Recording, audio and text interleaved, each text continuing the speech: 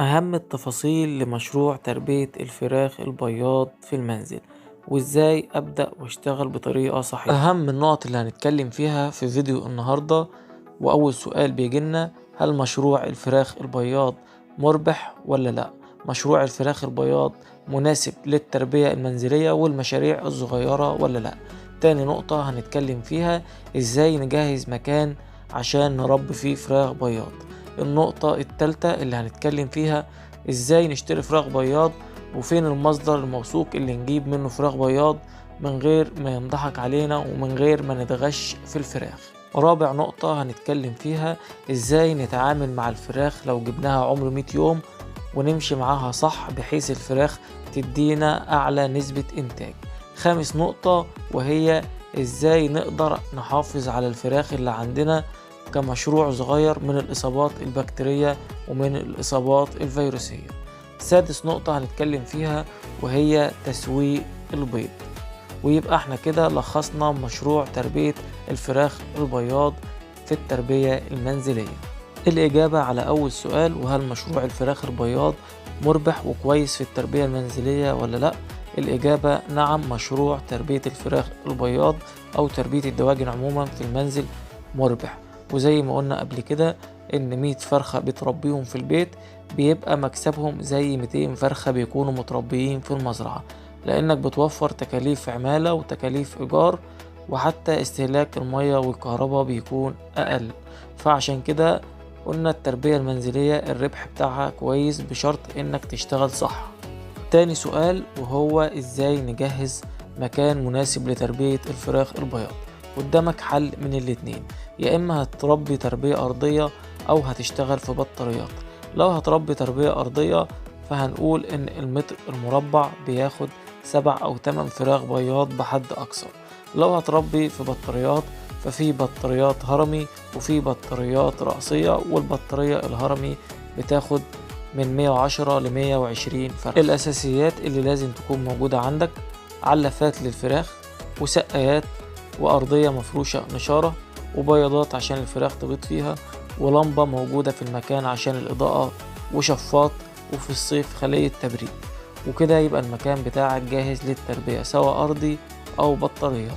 الإجابة على تالت سؤال: وإزاي أقدر أشتري فراخ بياض من غير ما ينضحك عليا وما تغشش في العمر بتاعها؟ الفراخ البياض سواء أبيض أو أحمر ليها كتالوج. كل شركة منتجة لأي نوع من أنواع الفراخ البياض بتكون عاملة كتالوج لكل سلالة.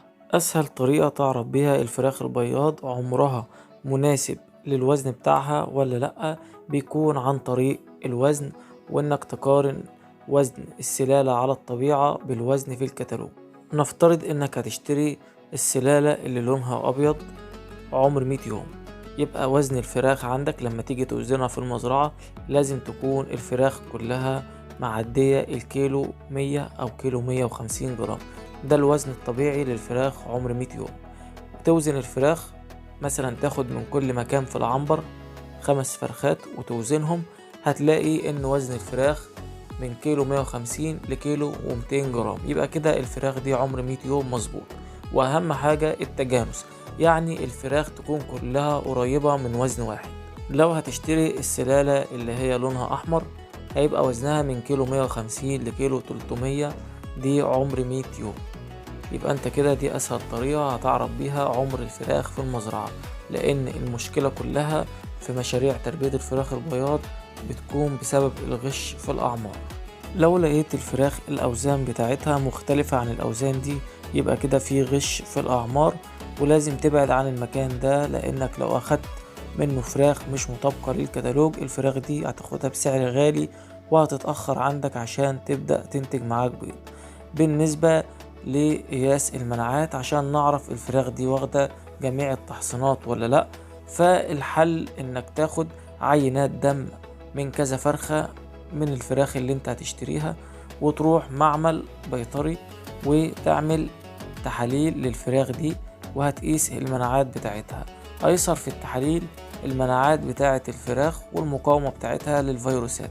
كده انت هتقدر تحدد وتعرف الفراخ دي اخدت تحصينات ايه وايه المشكلة اللي عندها، وهل الفراخ دي مناسبة تنزلها مزرعتك ولا لا. لكن في الاعداد البسيطة زي 100 او 200 او 300 مش برشح لك انك تعمل تحاليل، وانك الافضل لما تاخد الفراخ عمر 100 يوم تشتغل عليها بالتحصينات الحية والميتة لحد ما تيجي تدخل في الانتاج، ويبقى انت كده وقيت نفسك من الاصابات الفيروسية قبل الفراخ ما تبدأ تبشر بالبيض. لو لسه مكمل معانا الفيديو لحد دلوقتي ما تنساش تصلي على سيدنا محمد عليه افضل الصلاة والسلام في الكومنتات، وتعمل لايك وشير للفيديو عشان غيرك يستفيد. كمان عايز اعرفك انك لو محتاج تعمل معانا متابعة وتتعلم تربية الفراخ سواء بياض او تسمين، متاح معانا متابعة للاعداد الكبيرة والاعداد الصغيرة، ودي سعرها بيكون مناسب جدا. بنعرفك ازاي تشتغل مع الطيور من عمر يوم لحد نهاية الانتاج. نيجي بقى للنقطة المهمة، وازاي احافظ على الفراخ اللي عندي في فترة الانتاج من الاصابات الفيروسية ومن المشاكل المعوية. بالنسبة للاصابات الفيروسية هتتبع برنامج التحصين المناسب للمنطقة اللي عندك بالتحصينات الحية والتحصينات الميتة.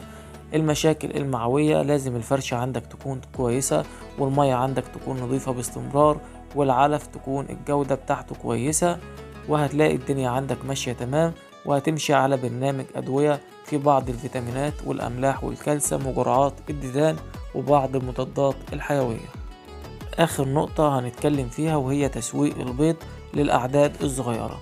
أسهل طريقة تسوق بيها البيض، السوبر ماركت اللي جنبك في المنطقة هتتفق معاه وتقول له أنا بطلع عدد وليكن 5 كراتين بيض كل يوم أو كل يومين، وعايزك تاخد الكمية. بالنسبة له هو هيكون أفضل إن هو ياخد منك البيض، لأنه هيكون أرخص من العربية اللي هو بياخد منها البيض. أما لو الكميات كبيرة فممكن تشوف تاجر في المنطقة اللي عندك وياخد منك البيض. آخر نقطة واللي هي أنت داخل الفيديو عليها مخصوص، دراسة الجدوى. لو محتاجين نعمل دراسة جدوى لعدد 100 أو 200 أو 300 سيبولي في الكومنتات وأنا هعملها إن شاء الله.